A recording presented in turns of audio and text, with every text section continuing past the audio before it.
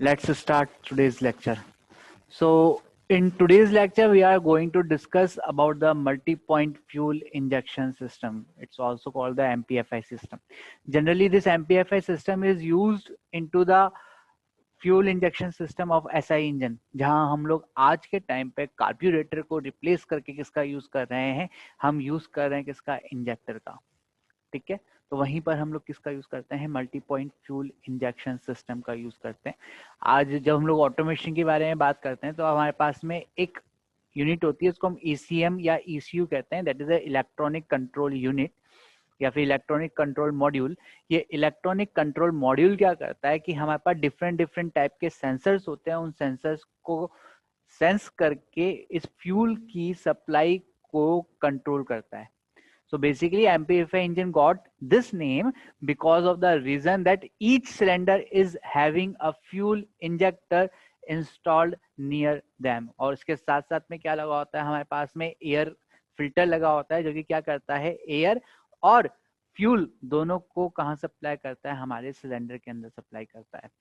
So if we talk about the principle behind the MPFI is an advanced version of carburetor engine. As we said earlier that the MPFI engine is having a fuel injector for each cylinder. A computer is used to control each and every fuel injector individually. तो इसको हम है ना ECU से note करते हैं, that is the electronic control unit. The computerized system of the car consists of a microcontroller which consists some sensors also. This microcontroller monitors each fuel injectors and keep on telling each injector about the amount of fuel to be injected to the cylinder so that the fuel wastage can be reduced. Since there is a controlled fuel uses, the engine is known for its fuel efficiency. इसको ऐसे समझ सकते हो जैसे carburettor में बोला, हम लोगों ने फिक्स कर दिया कि 5% फ्यूल एंड 5% क्या आना चाहिए, हमारे पास में एयर आनी चाहिए। तो कार्बोरेटर के अंदर ये वैल्यू फिक्स है कि ये इतनी ही वैरी करेगी। अगर मैं 10% फ्यूल कर दिया तो 10% क्या आएगी, उसके अंदर एयर आएगी। But due to the MPFI engine हम लोग क्या कर सकते हैं, अकॉर्डिंग टू द रिक्वायरमेंट हम कभी भी लीन मिक्सचर क्रिएट कर सकते हैं, कभी भी हम लोग क्या कर सकते हैं वहां पर उसमें हम लोग रिच मिक्सचर का क्रिएट कर सकते हैं। लाइक वहां पर हमको है ना किसकी जरूरत पड़ती थी, हमको चोक की रिक्वायरमेंट पड़ती है लीन और रिच मिक्सचर को कंट्रोल करने के लिए, कि जब हमारे पास में ठंड हो रही है तो हमको क्या करना है, वहां पर एयर की सप्लाई को थोड़ा सा रिड्यूस करके फ्यूल की सप्लाई को इंक्रीज करना है, तो हम क्या लगा देते हैं, चोक लगा देते हैं। So what basically we are doing with the choke, कि जो एयर की सप्लाई हो रही है उस एयर की सप्लाई को रोक देते हैं, जिससे कि हमारे सिलेंडर का जो इंजन है उसके अंदर क्या आ सकता है, मल्टीपल फ्यूल का जो अमाउंट है वो फ्यूल का अमाउंट क्या हो सकता है, इंक्रीज हो सकता है। फॉर अंडरस्टैंडिंग दिस एक वीडियो है, उस वीडियो के थ्रू है ना इस एमपीएफआई सिस्टम की कंस्ट्रक्शन एंड वर्किंग को समझ सकते हैं, जो कि इस डायग्राम के अंदर दिखाई गई है। कि एक हमारे पास सिलेंडर हेड होगा तो उसके ऊपर मल्टीपल हम लोग क्या लगा सकते हैं, इंजन लगा सकते हैं। तो आओ उसको देखते हैं कि कैसे वो वर्किंग कर रहा है।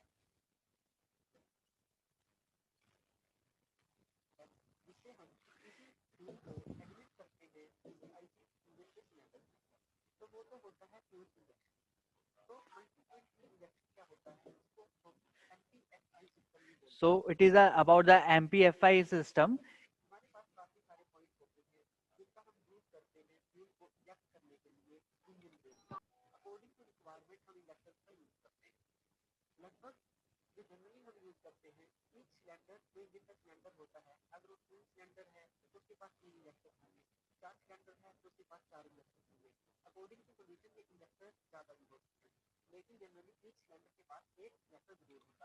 ठीक है, जनरली हमारे पास क्या होता है, एक सिलेंडर के पास में एक होता है। अब इसके पार्ट्स के बारे में डिस्कशन कर रहे हैं कि ये कैसे कैसे लगा होता है। ओके, यहाँ सिलेंडर हेड बना हुआ है एक, उस सिलेंडर हेड के ऊपर बात कर रहे हैं।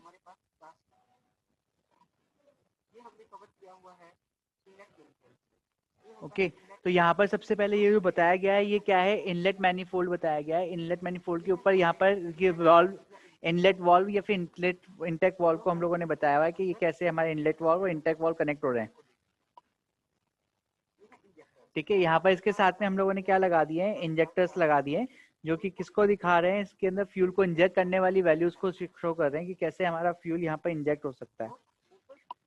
ओके, और उस पर ये क्या होते हैं, कॉमन एक रेल के साथ में कनेक्ट कर देते हैं, जो कि क्या करता है, इनको फ्यूल को सप्लाई करता है। यहाँ पर एक कॉलम लगाया हुआ है जिसको एयर फिल्टर बोलते हैं। ये एयर फिल्टर है जो कि एयर जो आ रही है उसको क्या करता है, इंटैक्ट मैनिफोल्ड से कनेक्ट कर देता है। ठीक है, तो यहाँ पर क्या होता है कि जो एयर का फ्यूल का मिक्सचर होता है उसको मिक्सिंग करते हैं और उसको इन कहते हैं कि यहाँ पर एंटर कर देते हैं। इसके कनेक्ट करने के लिए एक मीटरिंग डिस्ट्रीब्यूटर का यूज करते हैं। ये मीटरिंग डिस्ट्रीब्यूटर क्या करता है, एक कंप्यूटराइज सिस्टम होता है जो कि चारों इंजेक्टर के साथ कनेक्टेड होता है थ्रू द पाइप्स। तो ये क्या करता है, कंडीशंस के अकॉर्डिंग क्या करता है, फ्यूल को इंजेक्ट करता है कि कितनी फ्यूल हमको रिक्वायरमेंट हो रही है। अब बोले सर ये कनेक्टिंग कौन करता है, इसको कनेक्ट करने के लिए हम लोग है ना ECU यूनिट का यूज कर सकते हैं, जो मैं आपको बता रहा हूँ कि क्या है, हमारी इलेक्ट्रॉनिक कंट्रोल यूनिट है। ठीक है, तो ये इंजेक्टर्स को क्या सप्लाई करता है। अब इसको कंट्रोल करने के लिए हम क्या करते हैं, एक प्रेशर कंट्रोलर का यूज करते हैं। ये प्रेशर को है ना देखता है कि कितना फ्यूल का से है, और फिर इस फ्यूल को हम लोग किससे कनेक्ट करते हैं, हमारे एक फ्यूल पंप से। और ये फ्यूल पंप साथ के साथ में कनेक्टेड रहता है किसके साथ में, एक फ्यूल टैंक से थ्रू फिल्टर, और फिर इसके बाद में एक फ्यूल टैंक लगा होता है।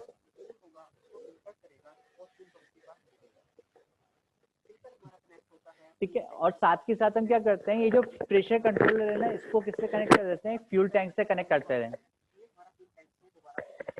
द रीजन बिहाइंड दिस कि इसको हम लोग क्या कहते हैं कि ये रिटर्निंग पाइप, अगर प्रेशर ज्यादा हो गया है, फ्यूल की रिक्वायरमेंट ज्यादा हो गई है, तो ये प्रेशर कंट्रोल से के थ्रू क्या हो जाएगा, ये यहाँ से बाहर आ जाएगा। ठीक है, इसलिए हम लोग किसका यूज करते हैं, इस रिटर्निंग पाइप का यूज करते हैं। तो इसकी अगर वर्किंग के बारे में देखा जाए कि कैसे ये वर्क करता है, तो इस वर्किंग को देखो। अगर इसमें सबसे पहले फ्यूल सप्लाई करते हैं, फ्यूल टैंक से हमारे पास में फिल्टर से करता है, फ्यूल पंप क्या करता है, सक करता है, फ्यूल सप्लाई होती है, और फ्यूल सप्लाई होने के बाद में जो भी इसके डेडली पार्टिकल्स है वो फिल्टर दूर कर देता है। फिर ये किसके पास जाता है, फ्यूल पंप के पास जाता है। फ्यूल पंप इसको सप्लाई कर देता है प्रेशर कंट्रोलर को। प्रेशर कंट्रोलर क्या करता है कि कितना हमको प्रेशर रिक्वायरमेंट है, कम है या ज्यादा है। अगर ज्यादा है तो कुछ ऑयल ऑयल है उसको वापस रिटर्न कर देगा, और अगर नॉर्मल है तो उसको कहाँ भेजता है, मीटरिंग डिस्ट्रीब्यूटर के पास में भेजता है। ठीक है, तो ये देखो यहाँ पर मीटरिंग डिस्ट्रीब्यूटर को, या उसको मीटरिंग डिस्ट्रीब्यूटर के पास में भेज देते हैं। अब ये मीटरिंग डिस्ट्रीब्यूटर क्या करता है कि हमारी जो रिक्वायरमेंट है उस रिक्वायरमेंट के अकॉर्डिंग को है उसको भी सिलेंडर के अंदर भेजता है। जो हमारा जो फायरिंग ऑर्डर है ना, उस फायरिंग ऑर्डर के अकॉर्डिंग क्या करता है, मान लो कि अभी पहले इंजेक्टर को फ्यूल जा रहा है, तो इसके ऊपर फ्यूल सप्लाई हुई तो हमारा ये वॉल्व ओपन हो जाता है। ठीक है, और ये क्या करता है, इसको स्प्रे कर देता है, और फिर हमारा जो एयर फिल्टर है वो ओपन होने लग जाता है। ये एयर फिल्टर के बारे में है कि एयर फिल्टर के बारे में, एयर आ रही है यहाँ पर इंजेक्ट हो रही है। अब ये एयर इस फ्यूल के साथ में मिक्स होती है और फिर कहाँ एंटर करती है, हमारे सिलेंडर के अंदर एंटर कर जाती है, पिस्टन के पास में चली जाती है।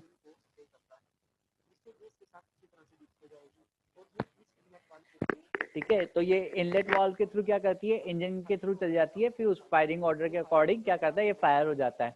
जनरली हम लोग है ना 1324 का है ना फायरिंग ऑर्डर रखते हैं।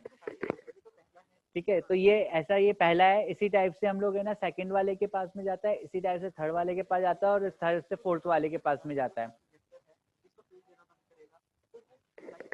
ठीक है, अगर वो फर्स्ट वाले को सप्लाई देना बंद कर दिया तो वो क्या करता है, सेकंड वाले को सप्लाई करता है, तो ये सेकंड वाले के पास चला गया। तो ये इंजेक्टर क्या कर रहा है, उसी टाइप से एक फ्यूल को इंजेक्ट करेगा, उधर से एयर लेके आ रहे हैं और एयर के साथ में मिक्सिंग कर देते हैं हम।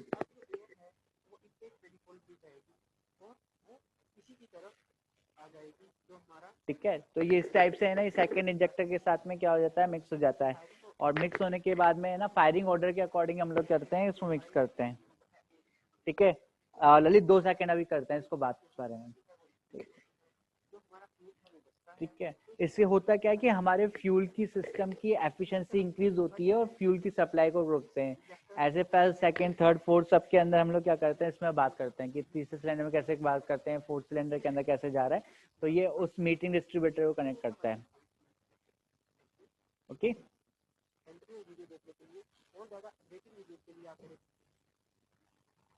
okay, now it's about the questions. So after this MPFI system, that the how the MPFI replace the our carburetor. So find out the some advantages of MPFI, that what are the basically advantages of MPFI. So here we are mentioning the advantages.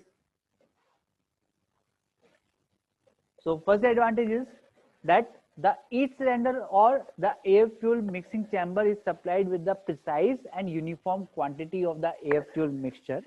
Second is the engine crank is not necessary in the cold climatic condition.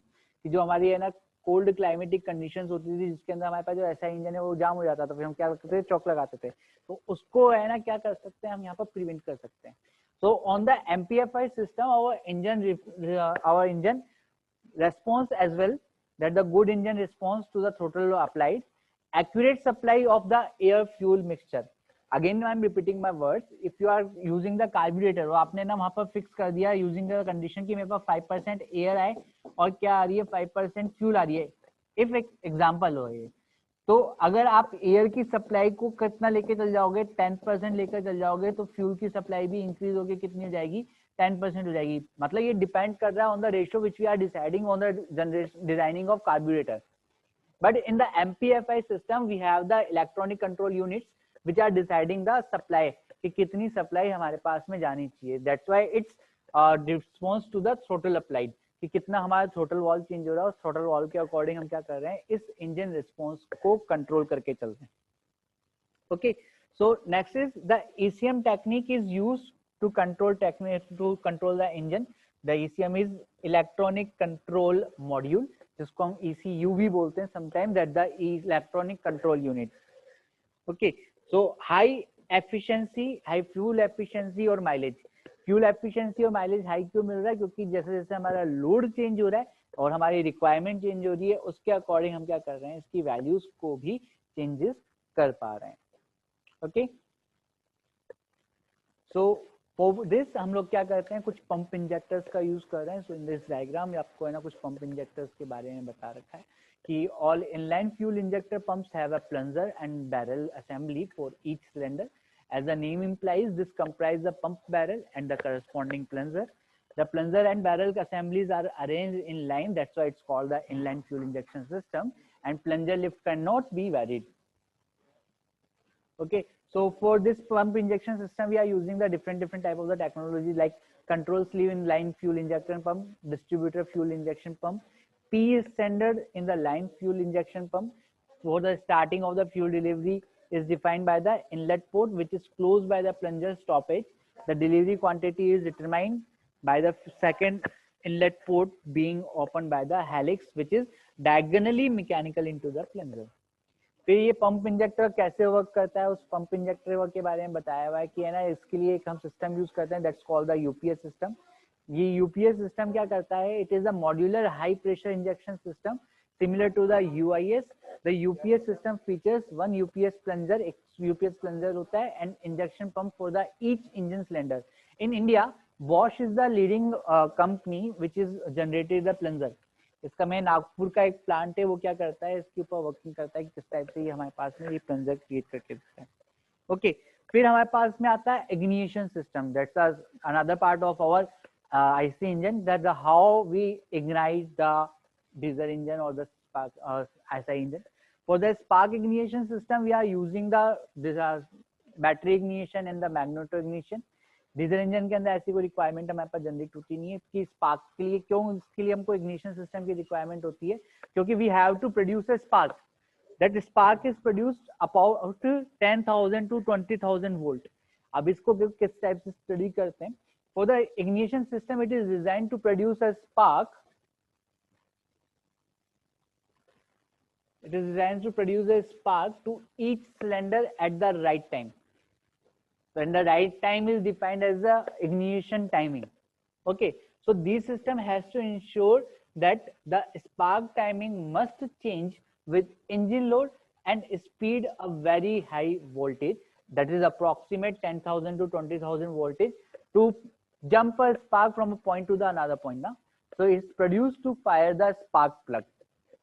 So in a four cylinder engine operating at एक normal एक है ना conditions provide करवाइए कि in a four cylinder engine operating at 3000 RPM, individual cylinder requires a spark at every second revolution, and this necessitates the frequency of firing to be approximate 6000 sparks per minute. This shows that there is an extremely short interval of time between the firing impulses. जितना हम लोग है ना firing order control करते हैं उसके बीच में क्या होता है, काफी शॉर्ट इंटरवल होता है हमारे पास में टू मॉनिटर दिस. तो इसके लिए हम लोग एक डिस्ट्रीब्यूटर का यूज करते हैं. That distributor is designed on our crankshaft, कि उसमें हम लोग क्या करते हैं, कैम बना देते हैं. तो वो कैम स्ट्रक्चर के थ्रू क्या करता है, उसको कंट्रोलेशन करता है. Okay, so automotive engines are usually cranked by a small electric motor which is better known as a starter motor or simply a starter. So this starter motor for SI and CI engines operates on the same principle as a direct current electric motor which you have studied into the 11th or 12th, कि कैसे हमारी DC motor work करती है. Same on principle, same principle ये क्या करती है, starter motor working करती है. ओके, सो इस इग्निशन सिस्टम के बारे में बात करें तो इस इग्निशन सिस्टम की requirement, it should provides a good spark between the electrodes of the plugs at the correct timing. Timing का करेक्ट होना काफी कंपल्सेशन होता है. That's why we are deciding some firing order. If the timing is lag, हमारा firing order क्या हो जाता है, चेंज हो जाता है. This cause the deficiency of the fuel burning.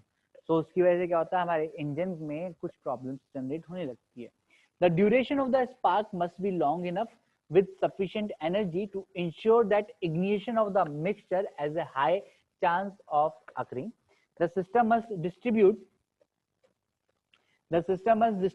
this high voltage of each of the spark plugs at the exact time in every cycle. That is, it must have in a distributing device. It should function efficiently over the entire range of the engine speed. कि हमारी जो engine की speed है उस पूरी engine की speed, चाहे वो हाई इंजन स्पीड हो चाहे वो लो इंजन स्पीड हो, उन स्पीड के ऊपर कैसा का वर्किंग करना चाहिए, efficiently and equally working करना चाहिए. This is some ignition requirements. Basically, which type of the ignition system we are using? We are using the three types of the ignition system. Two are mentioned here: battery ignition system and the magneto ignition system. Third one is the electric ignition system, which are using nowadays. पहले क्या use करते थे, जैसे scooters use करते थे, bike use करते थे, इसमें सेल्फ स्टार्ट नहीं आता था, वहां पर हम यूज करते थे किसका, मैग्नेटो इग्निशन सिस्टम का. फिर हम लोगों ने किसका यूज करने लगे, बैटरी इग्निशन सिस्टम का, कि बाइक में घुमाया उसमें चल गए. आज हम लोग ना सेल्फ का यूज करते हैं. तो self is working on the electric ignition system. That is a combination of the battery and the magneto. So कुछ component which are basically requirement for this ignition system, that is the battery. For the battery ignition system, ignition coil, because of the working of the principle of mutual induction. तो हमारे पास क्या चाहिए, एक ignition coil चाहिए, जो इसमें क्या होती है, एक प्राइमरी वाइंडिंग होती है और एक सेकेंड वाइंडिंग होती है. ठीक है, it generates the mutual induction flux. और ये फ्लक्स जनरेट करके क्या क्रिएट करती है, करंट इंड्यूस करती है. और ये करंट जो होती है हमारे पास में क्या क्रिएट करेगी, स्पार्क प्लग के अंदर स्पार्क क्रिएट करती है. For controlling this ignition coil and the supply of the electricity in this ignition coil, we require a resistor which varies according to the temperature. So we are required the ignition resistor. Contact breaker is required to control the supply of the electricity. इसके बीच में हम लोग क्या लगाते हैं, condenser लगाते हैं. In the upcoming lecture when we discuss about the battery ignition, the magnetic ignition, we will definitely do the study of the contact breaker, which is a very important characteristic or component for the ignition system. Next one is the capacitor. This capacitor is inbuilt in the contact breaker. ये किसके साथ में लगा होता है, contact breaker के साथ में लगा होता है. बेसिकली काम क्या होता है कैपेसिटर का, charges for storing charge. Storing the charge. क्या करता है, चार्ज को स्टोर करके रखने का काम करता है. और व्हेन इट रिक्वायर्स, ये क्या करता है, high amount of the energy provide करवाता है, which is not possible by the battery. Okay, next one is the distributor. Distributor is connected with our spark plug which generates, अगर हमारे पास multiple cylinders है तो उन मल्टीपल सिलेंडर्स के साथ में अगर हमको क्या करना है, स्पार्क प्रोड्यूस करना है, तो वो स्पार्क प्रोड्यूस करने का काम कौन करता है, डिस्ट्रीब्यूटर करता है. And last but not the least, that is the spark plug, which is very required for generation of spark. In the SI engine, we are not able to generate ignition without the spark plug. So In upcoming lecture, next lecture, we will study about these 2 or 3 ignition system, that is the battery ignition system and the magneto ignition system. Okay.